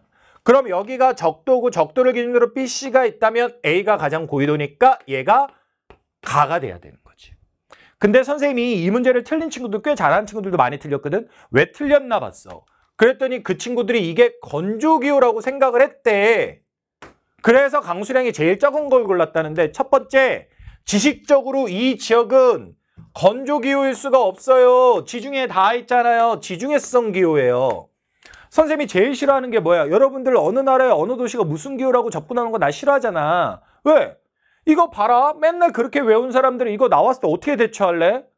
안 되는 거야, 그게. 우리가 틀리는 건 새로운 지역이 나왔을 때, 낯선 자료가 나왔을 때 틀린 거지. 맨날 주어지는 게 나오면 이거는 쌍지, 한지에 대한 얘기인데 한지 문제 어렵거든요. 근데 N수생들 점수가 좋아요. 왜냐면 매번 보던 모의고사와 유형이 비슷했거든요. 그러니까 점수가 좋은 거야. 선생님이 이미 촬영을 해서 여러분들에게 판매하고 있는 대성에서 제작한 해시태그 이런 거랑 유형이 너무 똑같았기 때문에 학생들이 난이도가 어려워도 적응을 한 거예요. 그러니까 이 말은 제가 지금 장사하는 거 아닙니다. 제가 드리고 싶은 말의 핵심은 뭐냐면 어렵다 쉽다의 기준은 뭔지 아세요? 그 지식에 물론 내용 자체 어려움과 쉬움도 있겠죠. 하지만 익숙하다 아니다예요. 여러분들 기준에서는. 사실 익숙하지 않은 게 꼭 어려운 건 아닌데 수험생인 입장에서 풀다 보면 낯서니까 시간도 걸리고 잘 안 돼요. 자기가 그걸 스스로 풀어내야 되니까. 어려운 거거든요. 자, 멀리 돌아서 말씀을 드렸는데 이 지역이 건조기후 아니에요. 국가별로 외우면 그렇게 생각할 수 있지만 지중해 다 왔잖아요. 그러니까 지중해성 기후예요. 거기에서 착시가 온 친구들이 있고 또 두 번째는요. 건조기후라고 생각을 했어도 그걸 이거 가지고 풀 방법은 없어요. 그거는 편차 자료를 이해를 못한 거예요. 여기에 나와 있는 숫자 강수량이 마이너스 100이 말이 됩니까? 마이너스 100mm가 어딨어? 내렸던 게 다 날라가? 아니란 말이야. 그러니까 그거는 자료도 잘못 본 거야. 완전. 편차값은 있잖아. 나중에 문풀 들어가면 더 어려운 것들도 보여주고 할게요. 이해를 해야 되는 차원에서 말씀을 드릴 겁니다. 그런데 편차는 그냥 많은 달과 적은 달, 월별 강수의 꼭 우기, 건기라고 하기도 좀 그런데 월별 강수의 분포를 보여주는 거예요. 지금 여기에선 주어진 정의상 플러스로 나올 때가 마이너스로 나올 때보다 그냥 많다라는 겁니다. 그러니까 예를 들게. 이건 예를 들어서 설명을 할게. 가의 경우는 12월과 1월 이럴 때의 강수량이 6월과 7월 이럴 때의 강수량보다 많다. 그 의미예요. 그 의미입니다. 그냥 어느 달이 더 많아? 이걸 알려주는 거야. 알겠니? 나중에 선생님이 이제 조금 더 시간을 갖고 설명을 문풀 때 드릴 때는 요 정의가 바뀔 수도 있다는 거 말씀도 드리고, 그리고 요것의 숫자들을 왜 건기 우기로 판단하면 안 되는지도 말씀을 드릴게요. 하지만 기본적으로 많다 적다의 개념으로 이해하시면 됩니다. 오케이? 가 구했죠? 나하고 다가 남았죠? 그럼 볼게요. 얘 북반구의 AW입니다. 얘 남반구의 AW입니다. 왜? 척도는 아니고 적도에서 살짝 떨어졌으니까. 현실적으로 얘들아, 얘가 AW라는 건 아프리카에선 적도가 지나는 동쪽도 사바나기 때문에 얘도 사바나가 되는 건 당연한 거예요. 여기에 갑자기 열대우림이 또 나타날 수는 없어요. 근데 이 녀석은 선생님 이 정도면 적도로 봐서 열대우림이라 하면 안 돼요? 몇 센치까지가 돼요? 막 이런 식의 생각들을 한단 말이에요. 근데 이제 보시면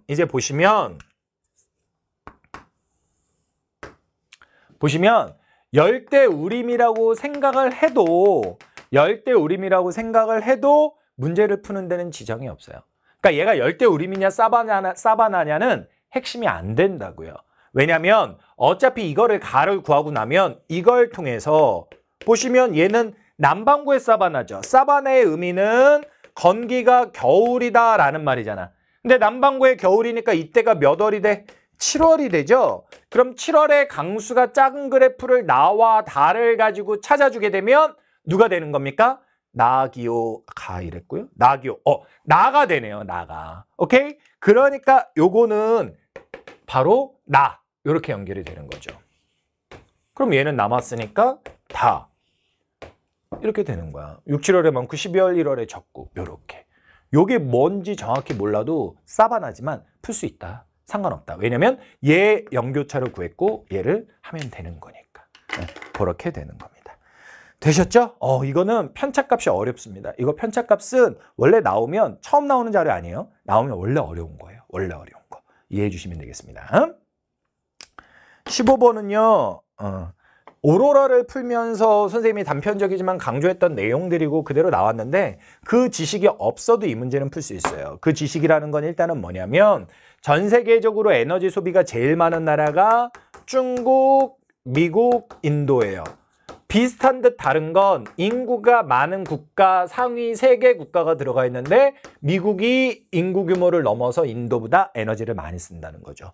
여기서 만약 그걸 알면 얘가 중국이고 얘가 미국이고 얘가 인도겠구나 할 수 있는데 이 지식이 없으면 못 푸냐? 그건 아니에요. 보세요. 왜 그게 아니다라고 말씀을 드리냐면 이렇게 봤을 때 C가 제일 많죠. 이렇게 봤을 때 A하고 B가 좀 많죠. 이렇게 봤을 때 C가 제일 많죠. 그럼 C라는 자원이 두 국가에서 1등이거든요. 중국, 미국, 인도 중에 비슷한 에너지 소비 구조를 가진, 즉 비슷한 경제 수준과 상황을 가진 나라는 중국과 인도예요. 둘 다 막 발달하고 있지만 인구도 막 많고 경제 규모도 막 커지고 있지만 수준은 낮은 국가들이거든요. 경제 수준은. 그럼 그런 데서는 아시아의 경제 수준이 낮은 데서는 석탄을 많이 쓰니까 여기에 있는 C는 석탄이 될 수밖에 없고 그럼 중국과 인도가 남은 상태에서 둘 중에 하나가 중국과 인도인데 중국이 경제 수준도 인구 규모도 크니까 에너지 소비도 많을 거다. 그래서 중국 갈 수 있다는 거죠. 그러니까 제가 중국, 미국, 인도다라는 건 상위 3개를 지식적으로 푼 거고요. 그걸 몰라도 그 지역 내 1등 자원이 누군지를 가지고 판단을 해주면 되고 그럼 얘가 미국이 되는 거고요. 그럼 이제 A하고 B가 누굴 거냐? 미국을 가지고 판단하지 마세요. 어정쩡한데 왜 그걸 합니까? 여기에 보시면 둘 다 공통적으로 B가 A보다 많아요. B가 A보다 많습니다. 중국과 인도를 비교하면. 그렇죠? 그러면 석유하고 천연가스가 남았는데 경제 수준이 좀 낮은 편이어서 석탄을 많이 쓰는 중국과 인도가 천연가스를 많이 쓸까요? 아니죠. 석유를 많이 쓰겠죠. 그래서 얘가 석유, 얘가 천연가스 이렇게 되는 겁니다. 되셨죠? 그렇게 가주시면 1번 선지는 석탄은 고기 습곡산지고요. 2번 선지는 탄, 유, 천 순서로 상용화가 되었습니다. 탄, 유, 천. 3번 선지는 석유 골라 이 얘기예요. 정답은 3번이고요. 4번 선지는 지식적으로 미국보다 중국이 많이 씁니다. 자료에서 확인하셔도 되고요. 5번 선지는요. A의 소비량, 천연가스의 소비량은 미국보다 중국이 많다는데 A는 얘 이만큼, 얘 이만큼이니까 미국이 더 많은 걸 알 수 있습니다. 정답은 3번 이렇게 되겠습니다. 되셨죠? 그렇게 봤습니다. 16번은 틀리시면 안 돼요. 16번은 환경 문제인데 틀리면 안 되고요. 지금 보게 되면 이 사막화와 열대림 파괴는 모두 분포 지도와 관련된 걸 파악할 때 기후와 연관성이 있고요. 사막화는 건조기후 지역에서 발생하고 열대림 파괴는 열대기후에서 발생할 텐데 여기서 A, B는 기후 그 자체입니다. 여기 있는 A, B가 아니고요. 여기에 보게 되면 얘가 열대기후 지역 쪽에 지금 있고 이 친구가 건조기후 지역 쪽에 주로 있죠. 따라서 바로 요게 뭐가 되는 거냐면 B기후 지역에 있으니까 사막화가 되고요. 요게 열대림 파괴가 되겠습니다. 되셨죠? 정답은 1번이에요. 선생님이 개념할 때도 오로라 할 때도 말씀을 드리는 거. 오로라 때는 뭐 아직은 여기까지 진도를 현장에서는 안 나갔구나. 런던 협약이라는 거 그리고 바젤 협약이라는 거 있는데 요것은 작년 6월달 평가원에서는 이것을 가지고 정답으로 냈지만 지금까지 기출에서 수없이 나오면서 얘는 항상 함정선지였다. 왜냐면 이 녀석들은 폐기물, 쉽게 생각하면 쓰레기를 해양에 버리지 못하느냐 아니면 국가 간의 이동을 금지했느냐 그런 협약이거든요. 근데 폐기물, 쓰레기와 관련된 문제가 과거에는 환경 문제 속에 포함이 안 돼 있었어요. 교과서가 바뀌면서 작년 평가원에 처음 나왔던 건 쓰레기 섬이라고 하는 문제가 들어가면서 내용 속에 들어가면서 낼 수 있었던 건데 그전엔 문제가 답이 아니었습니다. 지금 여기는 폐기물과 전혀 상관없는 거고요. 그래서 옳지 않은 건 1번 이렇게 되는 겁니다. 아시겠죠? 그렇게 봐주셔야 됩니다. 틀리시면 안 돼요. 이 문제는. 17번 틀린 사람도 제가 현장에서 별로 못 봤어요. 그리고 17번 틀린 사람들은 거의 다 점수대가 20점대 그러니까 4등급 미만으로 등급이 나오더라고요. 그러니까 그만큼 기본적으로 어렵지 않은 문제입니다. 자, 가는요, 몽골 쪽에 있는 게르라고 하는 이동식 가옥이죠. 이동식 가옥 중에 몽고에 있는 건 게르라고 하는 거죠. 그 다음 나는요, 일본 쪽에 합장 가옥이죠. 일본이 생각보다 눈이 많이 온다고 그랬어요. 그래서 눈 흘러내리라고 경사 가파르게 했고요. 그리고 인도네시아 쪽에 열대 우림 기후 쪽에 고산 가옥 되겠습니다. 자, 선지 갈게요. 기억. 어이, 대설 맞습니다. 일본의 눈이 이런 생각하면 요거 틀립니다. 조심하세요. 맞는 거고요. 니은 얘들아, 고산가옥을 얘기할 때는 조심하랬지. 지면의 열을 차단하는 건지 아니면 지면으로 가는 열을 차단하는 건지. 이거는 지면의 열과 습기를 피하기 위한 거라니까 열대기후 지역의 고산가옥이 맞습니다. 니은 맞죠? 정답은 1번이네요. 디귿은요, 통풍에 유리한 건 더운 지역이 그렇겠죠. 가하고 다 중에 몽골은 이런 사람들이 있어. 선생님, 건조기후면 사막이고 사막 덥지 않아요? 근데 몽골은 위도를 보세요. 어마어마하게 고위도예요. 얘는 중국의 건조기후도 그렇고요. 얘는 격해도가 커서 건조기후가 된 거죠. 그러니까 뭐 위도대가 저위도에서 아열대고압대가 있다거나 이런 거 전혀 아니에요. 그냥 바다에서 멀리 떨어져서 건조기후가 됐는데 위도 자체도 높고 내륙에 있고 되게 추운 지역입니다. 여름엔 뭐 조금 서늘할 수는 있겠지만 뭐 아주 더운 것도 아니고 사막이라고 해서 서늘할 수는 있겠지만 물론 몽골은 사막기후라고 얘기하지 않아요. 건조기후를 그냥 스텝을 많이 얘기하지만 어쨌든 건조기후라고 해서 막 어마어마하게 덥고 그런 것도 아니에요. 그래서 통풍이 필요한 건 아닙니다. 통풍이 필요한 건 시원한 더워서 시원한 공기가 필요한 이쪽이 되는 겁니다. 그래서 디귿은 반대로 말했고요. 리얼은 유목생활에 요기한 건 가죠. 오케이? 반대로 말했습니다. 정답은 1번 이렇게 되겠습니다. 이거 틀리면 안 됩니다. 실질적 마지막 고비가 18번이에요. 제가 뭐 현장에서는 좀 더 적나라하게 구체적인 이야기들을 해드리는데 그냥 촬영을 할 때는 그냥 딱 그만큼만 말씀을 드릴게요. 요 문제는 저는 풀었는데 일반적으로 지금까지 나오던 문제에서 요게 달라진 거예요. 요게 달라진 겁니다. 근데 이게 낯선 자료다 보니까 여러분들 입장에서 매우 어려울 거예요. 요게. 오케이? 저도 제가 갖고 있는 지식이 다 완벽하다라고 말은 할 수 없고요. 그렇다라고 해서 이것을 학문적으로 찾아봐서 구체적으로 설명을 하기에는 선생님 출제자들의 자료는 좋습니다만 말이 너무 어려워요. 막 삼각함수 나오고. 그래서 이건 진짜 어렵더라고. 근데 결론적으로는 뭐냐면 어디까지 말을 해야 될지 모르겠네. 아무튼 조금 위험한 자료다. 풀긴 풀겠지만 우리가 조금 위험한 자료다. 그 정도 선까지는 제가 말씀드릴 수 있을 것 같아요. 다만 출제자들이 이렇게 생각하고 내지 않았을까라는 말씀을 드릴게요. 이건 좀 배경의식도 많이 필요한데 원래 여기에 대부분의 기출문제에서 들어가던 건 뭐냐면 낮길이에요. 낮길이. 하루 중에 낮 시간이 얼마나 되느냐. 이런 거거든요. 자, 문제를 가보겠습니다. 첫 번째는 이 지역들에 찍힌 위치를 보면서 기후를 알고 가는 것도 하나의 방법이에요. 근데 얘 같은 경우는 베트남 북쪽에서 나와 있는 온대 몬순 기후죠. 선생님은 항상 CW, CFA 구분하는 거 큰 의미 없다, 하기도 어렵다, 실제 지도상으로는 그 말씀 드렸어요. 대륙의 동안이라 온대 몬순이라 합니다. 얘는 뉴질랜드니까 서한해양성 기후죠. 남반구입니다. 얘는요, 이 지역 찍어놓은 거 처음 봤어요. 치명 어떻게 알아요? 티벳 고원은 아니고요. 내륙에 있는 바로 건조기후 지역 되겠습니다. 쉽지 않지. 찍혀있는 위치 자체가 이렇게 됩니다. 근데 저는 이제 이걸 볼 때 태양의 고도각이라는 말이 너무 낯설었는데 뭐 태양이 어느 고도로 들어오냐 이런 것들은 선지에서 본 적이 있었죠. 근데 고도각 너무 낯설었어요. 그리고 뭐 이런 거 아마 지구각 하는 거나 경험해본 친구들은 태양의 입사각 막 이런 것도 배우거든요.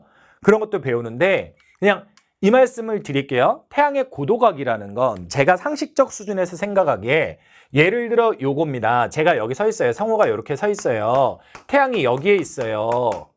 오케이? 태양이 여기에 있어요. 뭐 시간대에 따라서 다르겠습니다만 여기에는 가장 높이 떴을 때의 각도를 말한다 라고 이야기를 했는데 이거는 그냥 각각 다른 시기라고 생각해줘. 시간이 아니라 계절이 다르다. 이 상태가 되면 땅하고 직각인 거예요. 근데 요 상태가 되면 반이 누웠죠. 요거 45도 나오는 겁니다. 요거 90도고요. 요 상태도 이렇게 누웠죠. 이걸 이렇게 되면 135도겠지만 그렇게 안 되지. 이쪽으로 되지. 이것도 45도예요. 자, 여기서 하나 우리가 상식적으로 생각할 수 있는 건 태양의 고도각은 제일 낮은 게 0도인지 아닌지는 전 모르겠지만 숫자상 몇 도가 가장 높을 수밖에 없냐면 90도가 가장 높을 수밖에 없다라는 걸 알 수 있어요. 그래서 여기서 지금 어찌됐건 얘가 상당히 높다라는 걸 알 수 있는데 여기서 제가 힌트를 잡은 건 뭐였냐면 북반구 2개, 남반구 하나네.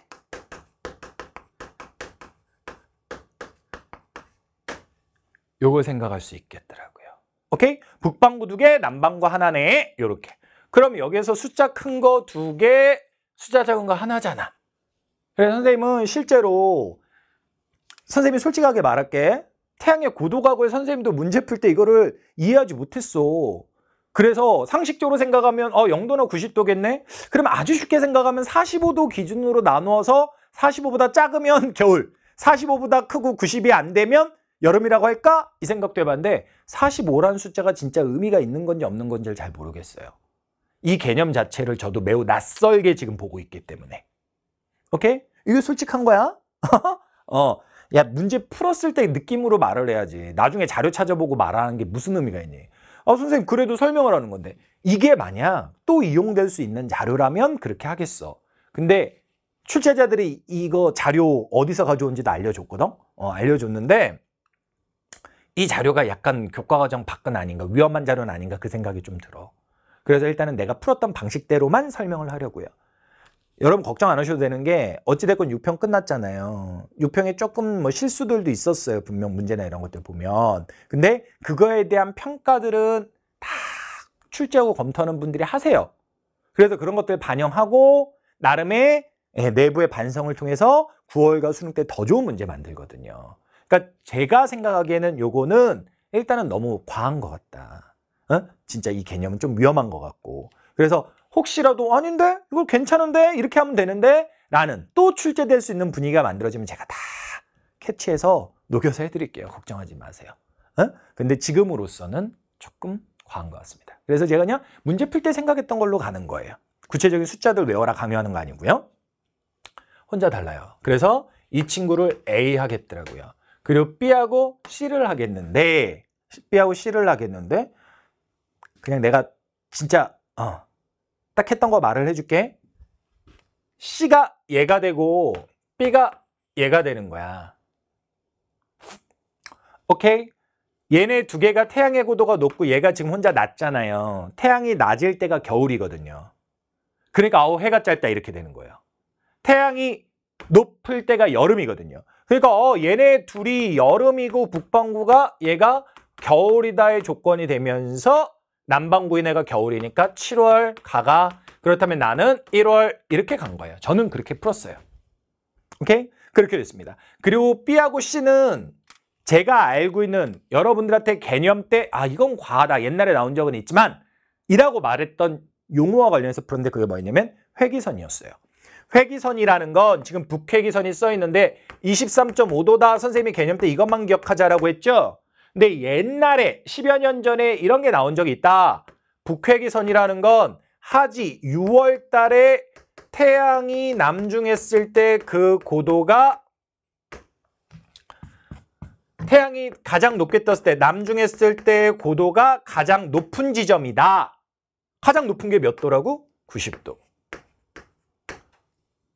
그렇게 된 거야. 그래서 요게 90에 가까우니까 C. 요게 90에서 멀어졌으니까 B. 이렇게 되는 거지. 그래서 저는 이렇게 하고 풀었어요. 오케이? 그게 맞았고요. 근데 이게 어디까지 말씀드려야 될까? 이게 좀 심하다라고 한 이유가 뭐냐면 심하다라고 말씀드린 이유가 뭐냐면 요겁니다. 회기선보다 적도 쪽으로 가까워지면 태양의 고도 숫자는 어떻게 돼야 돼요? 그 다음에 제가 이걸 낮 길이를 고도각으로 바꿨댔죠. 그럼 7월이라고 하게 되면 원래 고緯도로 가면서 낮 길이는 어떻게 되지? 길어지잖아. 그치? 근데 지금 여기에서 결과적으로 보게 되면 태양의 고도각은 오히려 고緯도가 되니까 낮지. 그러니까 이게 잘못된 지식은 아닌데 이걸 가지고 일반화해서 문제 내는 게 쉽지가 않은 거야. 너무 많은 배경 지식을 필요로 해서. 얼추 감은 잡아서 문제를 풀 수 있지만. 그래서 이거는 좀 심한 것 같다라는 거예요. 그러니까 보세요. 태양의 고도가 높으니까 여름이 다 풀었잖아요. 근데 우리가 같은 북반구에 있다라고 쳤을 때 고위도로 가면서 낮 길이가 여름에는 길어지잖아요. 근데 고도각이 높으니까 낮이 긴 여름이야 이렇게 풀었다가 같은 북반구에서 풀 때는 고위도로 가면서 낮은 길어지는데 고도는 오히려 낮아졌잖아요. 그러니까 이거를 다 이해해서 푸는 게 쉽지가 않다는 거지. 고도각이라는 게 얼마나 지리적인 개념인지도 모르겠고 그런 문제가 있어요. 그리고 실질적으로 이제 남반구와 북반구는 고도각으로 나누는 게 사실은 되게 어렵대요. 애매할 수가 있대요. 그렇습니다. 그래서 선생님이 풀었던 거는 이렇게 풀었지만 이 자료는 좀 어려워서 또 나오기는 그럴 것 같다 말씀을 드린 겁니다. 요 녀석은 확실히 할 수 있겠지. 요거 두 개에 대한 설명은 좀 어렵고. 그치?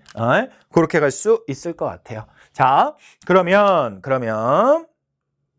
현실적으로 B하고 C를 선생님이 고도각으로 설명을 했는데 회기선의 개념으로 설명했는데 그냥 맞출 수 있는 방법으로 말을 하면 1월 달인데 둘 다 강수가 뭐 20mm, 2mm니까 둘 다 적긴 적죠?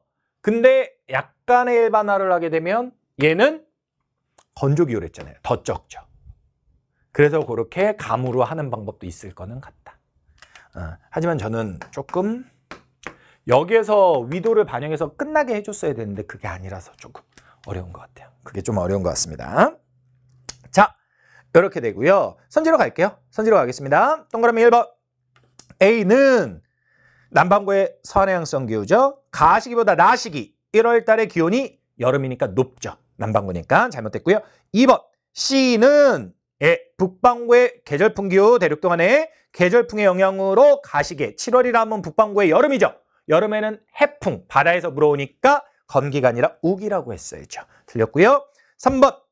B는 C보다 나시기의 평균 기온이 어떠냐라고 되는데 나는 겨울이고요. B하고 C를 판단하지 못하면 이 문제는 안 되는데 B가 더 고위도이면서 내륙이죠. 그러니까 겨울에 더 추운 겁니다. 아시겠죠? 그래서 3번은 틀렸습니다. 현장에서 되게 잘하는 친구가 이 선지를 틀렸더라고요. 왜 그랬니? 그랬더니 건조기후라서 좀 덥다고 생각했어요.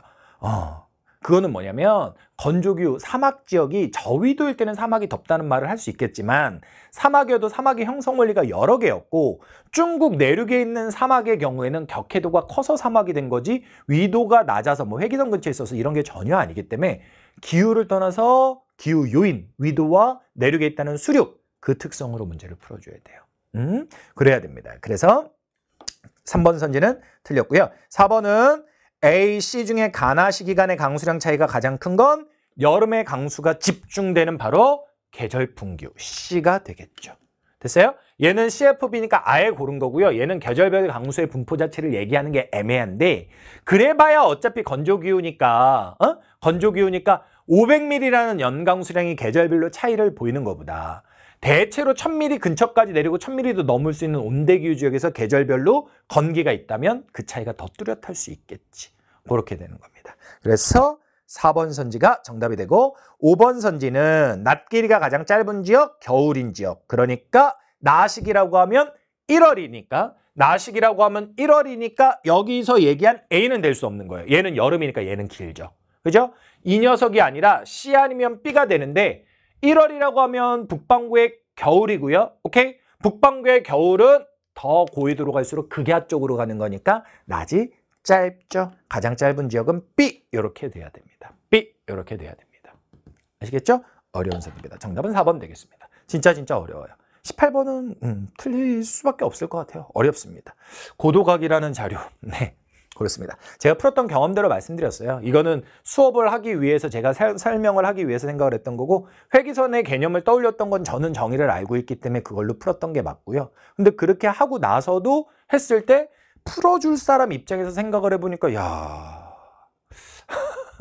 제가 아까 말씀드렸던 그런 것들이 좀 충돌이 됐던 겁니다. 고도가 높으면 낮이 길겠지. 그러니까 여름이지. 이렇게 선지로만 나올 때는 풀었는데 이걸 가지고 생각을 했더니 이거 적도 쪽은 어떻게 설명하지? 고위도로 가면 낮은 오히려 더 길어지는데 극적으로 가면 여름일 때 근데 왜 태양의 고도는 더 낮지? 이런 것들을 제가 뭐 그림을 그리면서 일일이 할 수는 없으니까 이렇게 좀 고민을 해봤습니다. 그렇습니다. 18번 같은 문제는 진짜 땀 한 바가지 쏟습니다.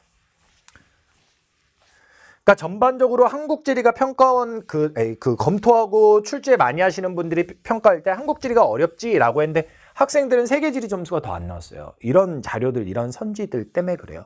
선지를 소고법으로 풀 수도 없었고 자료가 이렇게 어렵고. 그래서 그랬습니다. 자, 19번으로 가도록 하겠습니다. 거의 끝났습니다. 19번은 인구 이동과 관련한 이야기인데요. 인구 이동과 관련한 건 선생님이 몇 가지 기준을 말씀드리죠. 여기서는 두 가지만 쓸게요. 첫 번째는 뭐냐면 인구는 못 사는 데서 잘 사는 데로 경제 수준에 따라 개도국에서 선진국으로 간다는 거예요.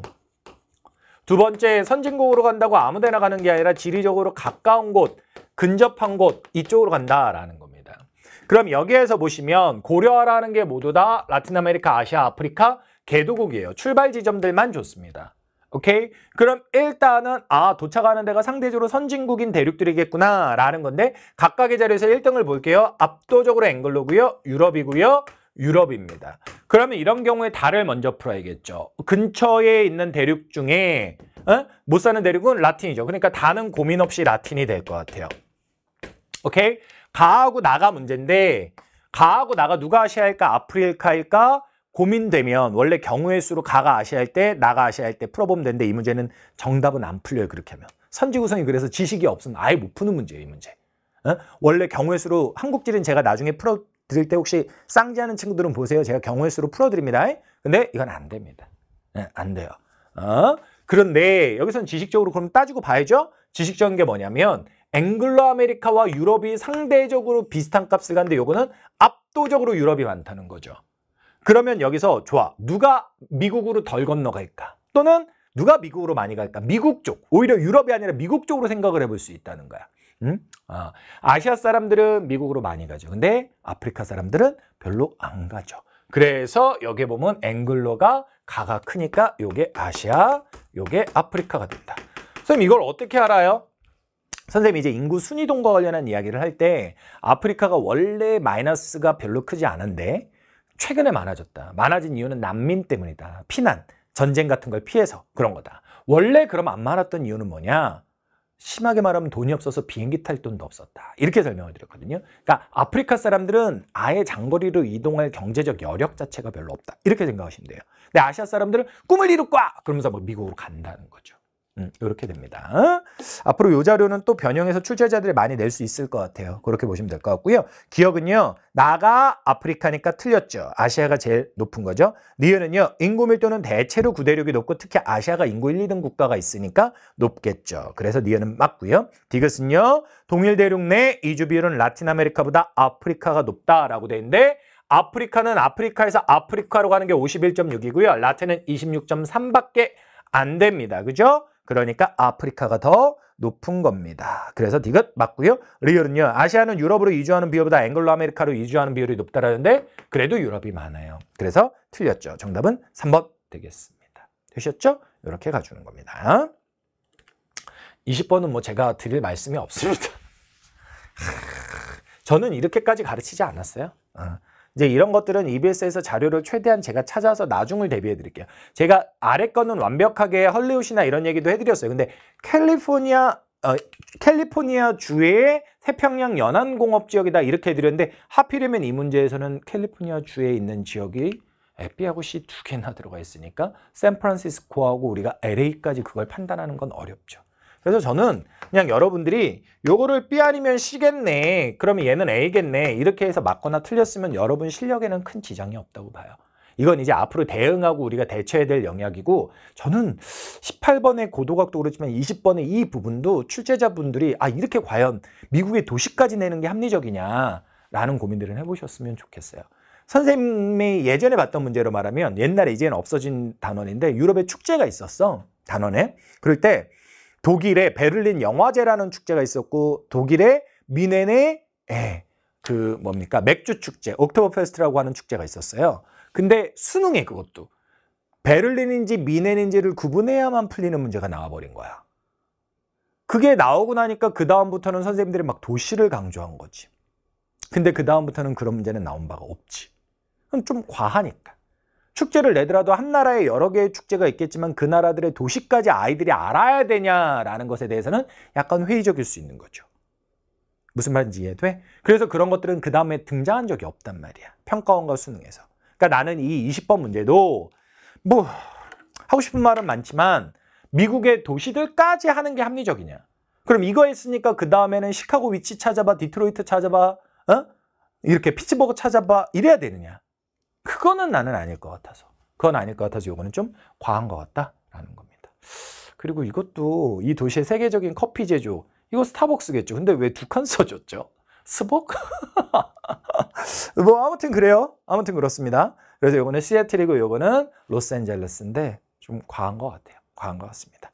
이렇게 설명을 드리도록 하겠습니다. 만약 그래도 20번 문제를 출제자들이 냈을 때 어느 단원에 근거해서 냈겠냐라고 하면 미국 그러니까 그 지역지리 파트에서 미국하고 유럽을 같이 배울 때 도시 부분, 그거보다는 공업 부분에서 시애틀을 어떤 공업적으로 강조해서 배우진 않지만 막 우주항공 조립하는 거 이런 거 있다 그런 것들이 등장하거든요.